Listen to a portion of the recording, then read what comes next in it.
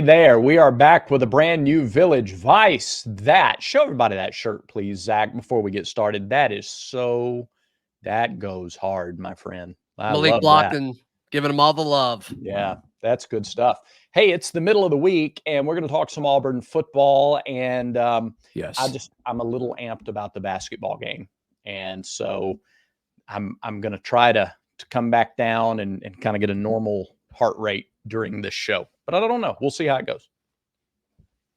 Yeah, you're pumped. Yeah. You're pumped. I mean, it seems like the whole fan base is. We're all wired up this morning, ready for it to be 6 o'clock. So, love it. All right, before we get there, we're going to talk about that, but let's talk some football before we get there. Auburn got the commitment for another tight end, a tight end in the 2025 class, Hollis Davidson the third. Yes.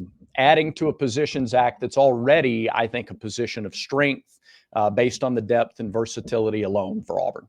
Yeah, you got to love his frame. HD3, 6'6", 230 from Peachtree City, like you said, Brad. And so now he joins Ryan G, the other tight end committed in this 2025 class. And you can kind of look to see the future of this tight end position room come together because after this season, you're losing Luke Deal, Brandon Frazier, and of course, Rivaldo Fairweather, who is going to become, one of the more accomplished tight ends in Auburn history if he does what he did last year again. So now the future of this tight end position, you got Mike O'Reilly, who will still have eligibility. You brought in Rico Walker, the transfer from Maryland, who I don't think is going to have a large role this season, but you could certainly see the writing on the wall in the path to a larger role in the future after the 2024 season. Yeah. And then you bring in a guy like Hollis Davidson, who appears to be more of the receiving type tight end, with Ryan G being more of that blocking type tight end. You can see what they're doing here, and it makes sense. No, it really does. And G and Davidson are 2025 guys, so they won't impact 2024 as we get closer to spring practice. Zach, let's take a look at the tight end room for the 2024 season and project a little bit and talk about the ways that these guys can be used. Here's the official Auburn roster. Here are all the tight ends that are listed. And this is by jersey number. So just understand that as we go. So you got Rivaldo Fairweather, Cam Etheridge, 6 feet, 223. Grant Hidalgo is listed, Michael Riley, Luke Deal, Brandon Frazier, and Rico Walker. Those are the guys. All right. Now that we've established that that's your roster, I want to go back to last season. And let's start now. All the, little bit of a different philosophy, maybe consistently through the season. Let's assume Peyton Thorne is the starting quarterback. You can assume improvements on the offensive line or not if you want to. Here's for context. Last year, Rivaldo Fairweather caught 38 passes. That was more than anybody else on the team. The next highest tight end in terms of receptions was Brandon Frazier with 7. So that's 45. Mike O'Reilly had 2. That's 47. Tyler Fromm 3. That's 50. Luke Deal did not have a catch. So 50 catches in 13 games from the tight end position. And Rivaldo's kind of that flex guy. He can be lined up like a receiver, but he's listed as a tight end, so the catches go to the tight end position. 50 catches, greater or fewer in 2024 for the tight end room? Few. I'll say we're counting Rivaldo as a tight end, right? Yes. Yeah, I'll say more. I'll say more then, just because I think Micah gets a few, and I think Rivaldo has a chance to lead the team in receptions again. I don't think that would be a crazy thing, and so if he gets around that, sure. I do think there's going to be less overall snaps given to tight ends. I think you're going to see less 2 tight end sets on the field because there's too many receivers that are going to get there. So I do think you're going to see less total snaps. And so you look at Rivaldo had 589 total snaps last year, which obviously led tight ends. Then behind that was Luke Deal with 254, Frazier with 241, Tyler Fromm, who's no longer on the roster, 151. So those become available. And I don't think those numbers are going to be as high next year for some of these dudes. So I do think that's going to go down, but you also may see Rivaldo play more true receiver at times this season than a year ago. They kind of flexed him out more and more as the season went on. So now with a full off season, I'm curious to see how they work with all of that. But yeah, I would say more overall receptions, but I will say fewer overall plays for the.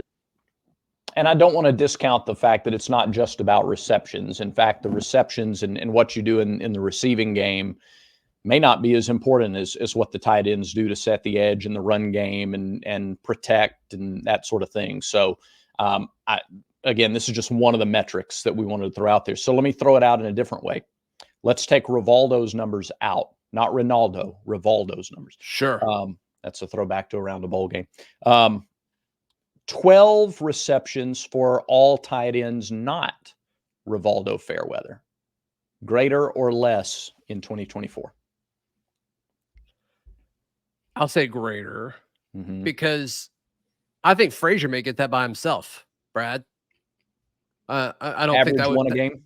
Yeah, if you told me Frazier had 15 catches in 2024, I'd be okay with that. So I'll say over. Yeah. All right. I think I would disagree. I think it'll actually be fewer because I think if the tight ends are on the field less overall, then it's fewer overall opportunities. If Fairweather's getting the same or more, that's taking away from throws to tight ends. And if you do have the receivers on the field more, that may take away. So I think I may go. I mean, I don't feel hardcore about it, but sure. I think I may go a little under the. Yeah, I mean, it's going to be such a minor part of the offense. I do think philosophy is going to change with Hugh Freeze being a huge part of running the offense, and we'll see what obviously what Derek Nick's involvement is as the new offensive coordinator. But the games where you could tell the difference between Auburn being effective on offense versus games like the New Mexico State game where Freeze had no issue saying that he wasn't involved in the game plan until we assumed it was Philip Montgomery a year ago. There's so much more intention when this team was running Hugh Freeze's offense versus what Philip Montgomery was doing. I don't even want to say it was running an offense. It was just going on the field and doing things. To where I think anything that he's going to do as far as putting tight ends on the field or what he's doing with his personnel, I think it's going to be purposeful.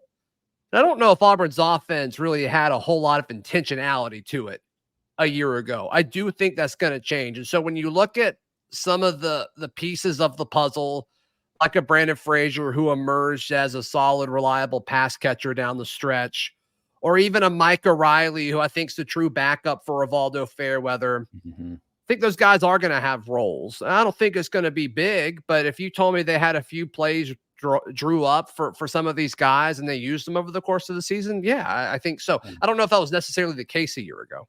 Yeah, no, I agree. I kind of expected Micah Riley, even with the loaded room, I thought he might get more opportunities last year, but it could be if he's real, as you said, if he's the guy playing right behind Fairweather, I think that may work to his advantage this year. I could see a couple of times this year where, maybe a defense, all right, 13's out and 84 is in.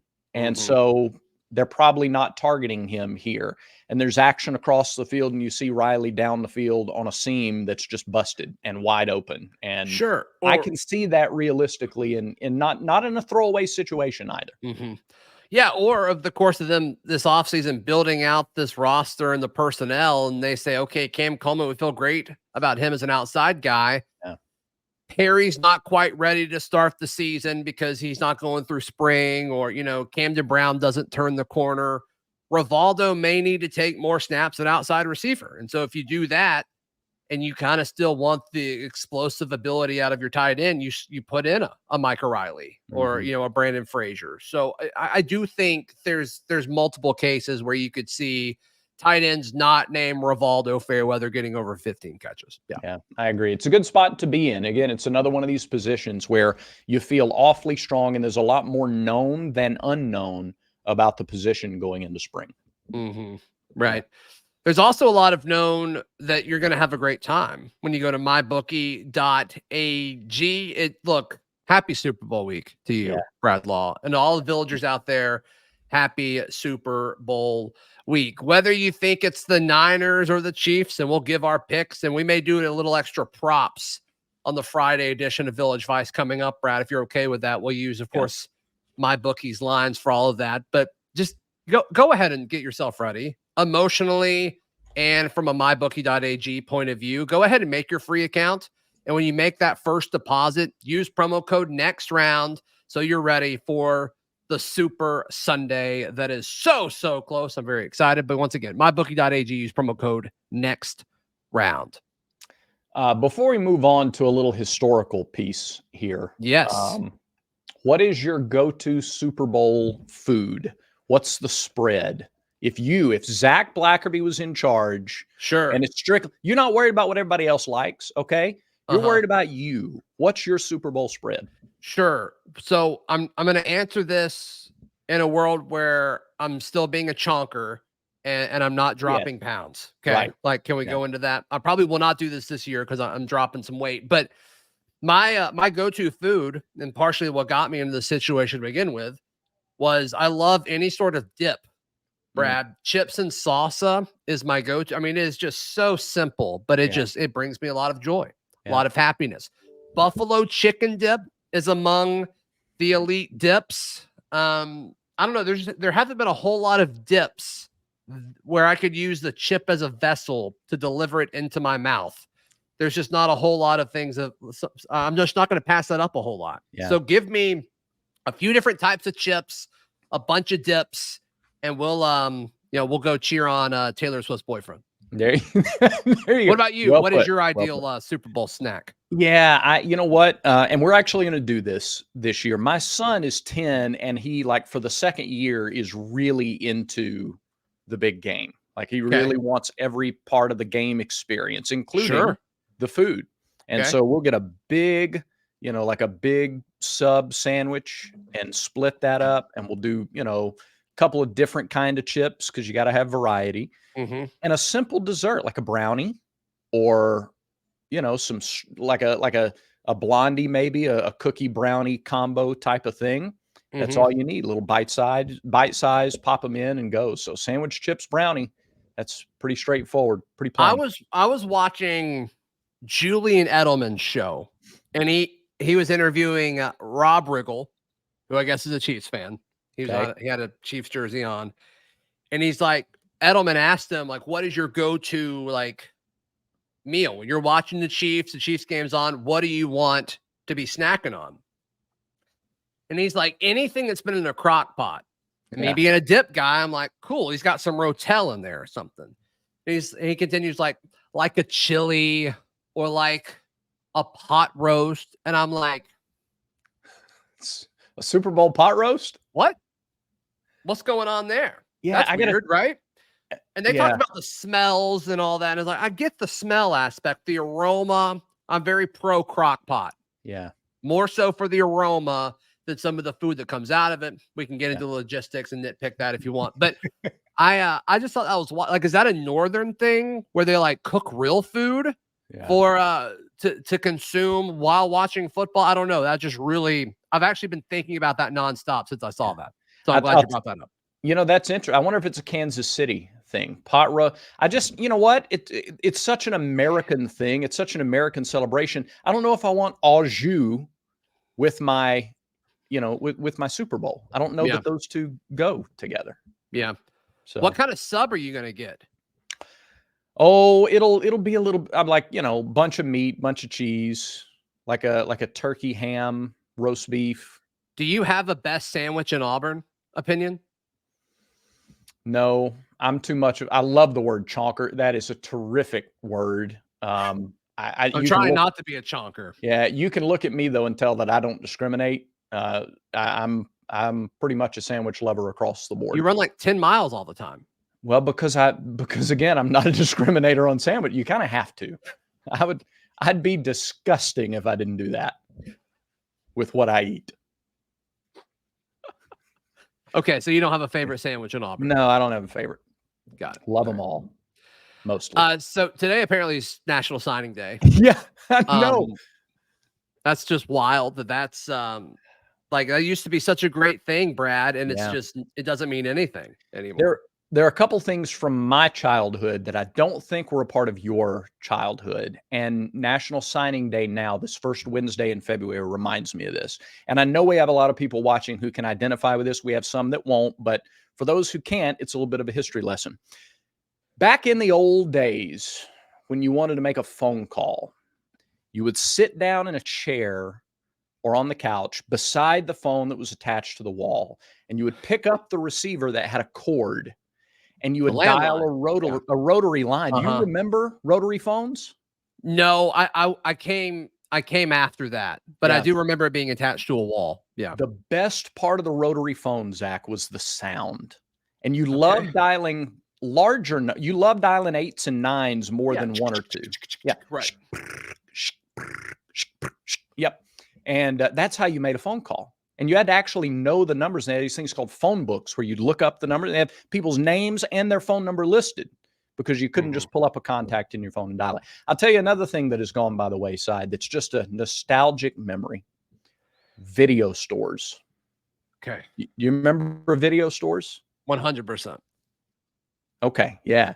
That was great. You would, you come out on a new release day and you'd walk in and there's an entire wall with the same movie. And that's how you rented movies. You didn't just click a button. You actually went to the store. I got it. Right. I know, Right. but listen, the nostalgia doesn't mean anything to you.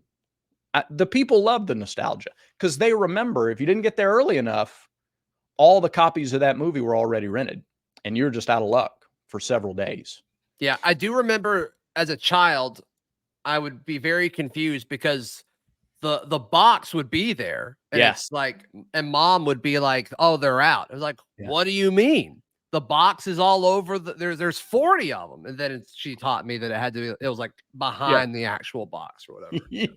Right. The box is just the display. There is a physical item that goes with it. Yeah. Right. And National Signing Day now is like the very last video store in town. It's still there, but not really. Okay. Like if you've got a guy signing today, congratulations. And it's big for the guys who are signing, but the event, the celebration, the coverage, I had to remind you that today was National Signing Day. It doesn't even, the term doesn't even hold the same weight that it did 5 years, 10 years ago. Yeah, I mean, early signing day has become signing day for sure. And I don't think that's a bad thing. It's just moved up. It's just changed. So, Sure. and there's been some news like Dimitri Nicholas, the former Auburn commit.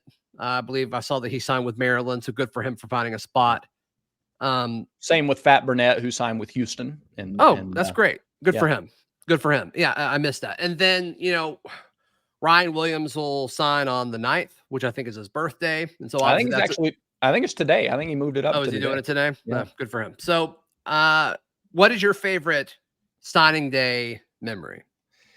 Ooh, my favorite signing day memory. That's a good question. Michael Dyer's signing was memorable. Okay. The Cam Newton signing wasn't actually a signing day memory. That was back. That's a separate deal. That was before the Outback Bowl in 2009. Yeah. And a player with Cam, he was highly rated, but we just had no idea. Yeah. There's no way you could have known what to be excited for with Cam signing, No, but I remember it was a big deal. It was a huge, we were about to do a bowl Tiger talk at this hotel and we had this big room, like a pit, kind of a hollowed out performance area soundstage. And we announced it right before the start of the show and the place absolutely went wild. Yeah, and it would have gone even crazier if they had known this is going to be the best college football player ever. He's going to do everything he can do in a season, and he's going to leave. But he's going to get you a natty and the Heisman, and it'll be worth it. But that's right. Yeah, that's right. What's yours? Derek Brown.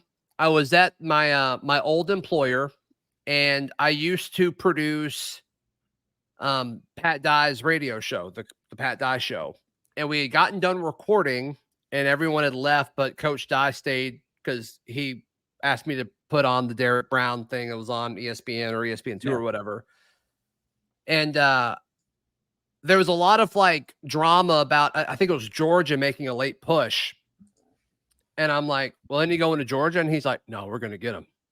Like, okay. All right, coach. And so just kind of talking about why coach liked Derek Brown so much or whatever. Yeah. And then he puts on the Auburn hat. And he stands up. He looks at me. He's like, I told you we got him. And he walked out the door. And I'm like, oh, rest in peace, Coach Dye. But that's just something I'll always think about. So that's a great, that's good. That's tops. That's outstanding. Well, And it's gone now. Like there would have been wall-to-wall coverage back in the day. Today would have been the day, and everybody would have been gearing up, and you have wall-to-wall stuff going on, and it's not there. It's the last video store, and it's fine. Right. Like I love the movie experience more now. I love the telephone experience more now. It's better. It's advanced. It's better. It's just a little bit of nostalgia to think that this used to be the day that everybody got geared up for. Yeah. What can help you get geared up for Valentine's Day? Right? Well, speaking of Valentine's Day, Super Bowl, manscaped.com. Our friends at Manscaped are giving you a terrific deal. When you go to manscaped.com and use the promo code VICE, V-I-C-E, like Village Vice, you get 20% off and free shipping. And so it's the ultimate face-off. I mean, there is a big game Sunday, but we all know the Beard Bowl is what we're all paying attention to. Two best teams square off, see who the champion of the facial fuzz really is. And our friends at Manscaped are prepping everything you need for game day. Manscaped's Beard Hedger Pro Kit is the MVP of facial grooming. It offers precision trimming, water-resistant technology, and enough styling options to outplay any opponent. And guess what? You can join the winning team along with the other 10 million men who already trust Manscaped with this special offer. Manscaped.com, promo code VICE, 20% off and free shipping. Craft your winning look with Manscaped. So one of my favorite things that has now happened on Auburn's corner of the internet is whenever students line up outside of Neville Arena earlier than the average fan base would, which is becoming more and more common, which is great,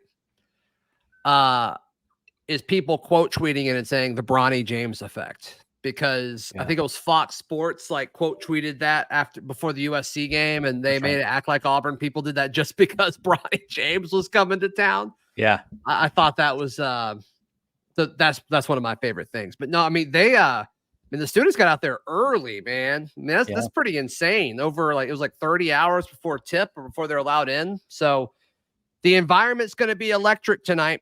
There's no question about it. The first time since it's the first time both teams have been ranked since, and they've played each other since Pearl and Nate Oates have been there, which is huge.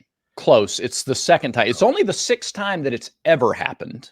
Okay. It's only the second time since like the mid 80s. Okay. The only other time was 2 years ago. 2 years ago, they met when they were both ranked. Auburn won that game. It's only the second time, and 2 years ago was the first time it had happened when both were ranked and Auburn was the higher ranked team. That's why it's just crazy to think that 2 of the 6 times that they have met as ranked teams have come in a 3-year span. Well, and this goes back to what we were talking about after the game a few weeks ago. That was in Tuscaloosa, and they wanted to make it all about football. And it's like, let's celebrate. Let's celebrate what these 2 programs have done. I mean, obviously we have the utmost respect for Bruce Pearl, but I think Alabama making it about football is disrespectful to their basketball coach because he's done an exceptional job, like him or not. I mean, you can't say anything otherwise. So the fact that that's kind of the treatment it got in Tuscaloosa, I imagine it will be different tonight. I imagine tonight will be about basketball, and that's the way it should be. It's absolute 100% the way that it should be. The programs and the Auburn fan base and what they've done for the environment at Neville Arena, they absolutely deserve for the spotlight to be on basketball, and hopefully it will. Auburn right now, according to mybookie.ag, is a 2.5-point favorite. All right. You love transitive property stuff, so I know how much you're going to love this note. I hate it. If you're a new viewer, please know that he's joking. I know Zach hates this stuff, but all right, these are just numbers. These, all right, presented without any other commentary. Auburn has played 2 teams this year twice, Vanderbilt and Ole Miss. Okay. In the Vanderbilt game, Auburn won by 12 more points. The margin of victory was plus 12 in the home game versus the road game. Against Ole Miss, the margin of victory was 9 points greater for the home game than the road game. You get something similar tonight, and your margin is plus 9, plus 8 versus what happened in the road game. That's an Auburn victory that covers, by the way, the mybookie.ag number. What is it, 5.5? It's 2.5. I think it's up to 5.5 other places, but I'm looking at mybookie.ag right now, and it's 2.5. Weird. Yeah. That's a big difference. I don't know how much of that. Now, how much of that is Nick Pringle and the fact that he, big 6'10" guy, been suspended twice this year, but he'll play tonight. Notice, please pay attention to the quotes from the Alabama basketball coach yesterday, and then compare those with how much he plays tonight. He will play tonight. If you're not expecting Nick Pringle to play tonight, you don't pay attention. Are Pringles an elite potato chip? Nope, absolutely not. That's the worst take you've ever had on this show. Nope, they're not. Nope, it's what too do you difficult. mean? Fix the width of the can. It's too difficult to get to. Now, if you pour them out on a plate, sure, fine, but they're not any better than a bunch of other chips that are out there. It's a bad take. It's a bad take. It's a top 3 chip of all time. Oh, all right. I disagree with that. That's fine. That's fine. All right. I'm really shook at that point. So let's just do a quick pick. I know who you're taking, but you can go ahead and go first. Oh, I like Auburn to win the game. They're undefeated at home. I think that one of the X factors, I do want to mention this, is KD Johnson. He is averaging better than 13 points and right at 5 rebounds a game against Alabama in 5 career games against Alabama. And that's a great note. You get something like that off the bench tonight from KD.